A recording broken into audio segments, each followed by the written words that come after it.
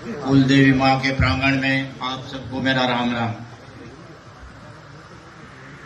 जैसा कि पूर्व वक्ताओं ने आज की बैठक का क्या कार्यक्रम है बता दिया है और हमको भी उसी अनुरूप काम करके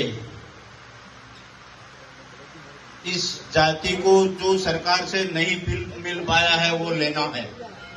हमारा मुख्य मुद्दा ये है कि हमारे संविधान ने जो सुविधाएं दे रखी हैं हम उनके पात्र हैं और हमको नहीं मिल रही है, उसको कैसे लें। हमें सारी लड़ाई इसके लिए ही लड़नी है। हमको एक दूसरे का हाथ पकड़ के आगे बढ़ना है, पीछे रह के टांगे नहीं खींचनी है, तब तो हम सरकार से कुछ ले पाएंगे। वरना अधिवेशन करके अपन बिगड़ जाते हैं। मैं भी पहली बार भी यहाँ एक प्रोग्राम हुआ था, आया था, दोबारा बीच में नहीं आ पाया। अधिवेशन हमारा एक सफल गया बेणेश्वर। देखिए उसकी आवाज कैसे गई कि हमारे 2 पटेल भाई विधानसभा में पहुंच गए। वो कहीं से भी पहुंचे हो, लेकिन पुष्कर जी पहले भी एमएलए बन गए थे, लेकिन उसका असर हुआ। और उसका दूसरा असर ये हुआ कि पुष्कर जी और उदयलाल जी को भी लड़ा रहे थे आपस में, लेकिन लोगों ने संपट गांठ लिया कि हम डांगी डांगी आपस में नहीं लड़ जाएं। तो 2 सीटें रह गई हमारे पास। तो ऐसा ही काम अभी भी करना है हमको आपस में नहीं लड़ के,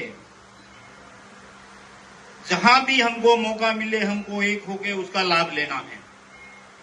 ये कौन अध्यक्ष है और कौन क्या बन जाता है और कौन क्या, ये सब आगे की बातें हैं, उसको कौन रूप में मानिए आप। हम पटेल पाटीदार डांगी, पाटीदार भी बहुत दूर रहे अपने से, लेकिन अब सब हम उस श्रेणी में आ गए हैं। और जैसा कि भाई साहब ने बताया, पाटीदार डांगी और पटेल हमारा एक ही ग्रुप हो गया है। और अभी जनगणना होने वाली है। वर्मा वो सेंट्रल गवर्नमेंट से या जांच वो जल्द कभी आवे या नहीं आवे, अभी जनगणना का काम शुरू हो गया है।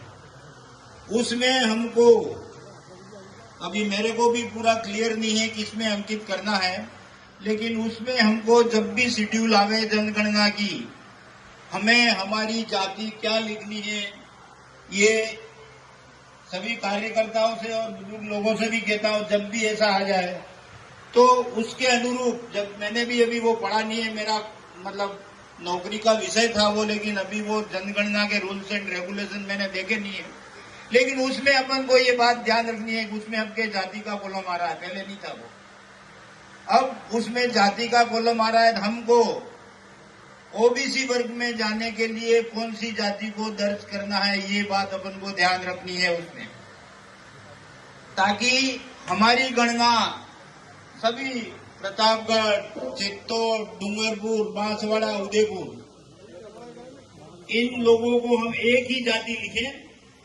और एक ही जाति लिखने के हम संख्या बल में दूसरे नंबर पे निश्चित रूप से होंगे, अगर आप इसको ध्यान रखोगे। हम दूसरे नंबर पे हैं और जनगणना के हिसाब से भी हमारी जाति इन 5 विधानसभा क्षेत्रों में, प्रतापगढ़, चित्तौड़, डूंगरपुर, बांसवाड़ा, उदयपुर, इसमें हमारी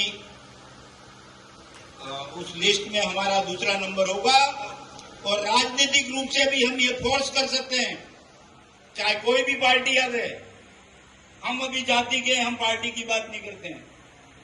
ये मंच पटेल पाटीदार डांगी समाज का है, किसी पार्टी का नहीं है।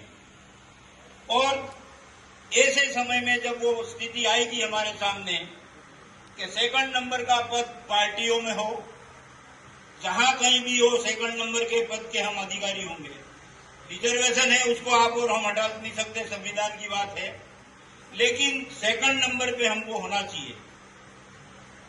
ये हमारा हक बनता है और हमारा अधिकार है, तो उसको लेने के लिए हमको एक होना पड़ेगा। अंत में मैं तो एक ही बात कहता हूं, मैंने अभी व्हाट्सएप पे किसी अच्छे ने विचार डाले थे, हमें जरूरत है एक दूसरे का हाथ पकड़ के खींचने का, टांग पकड़ के खींचने का नहीं।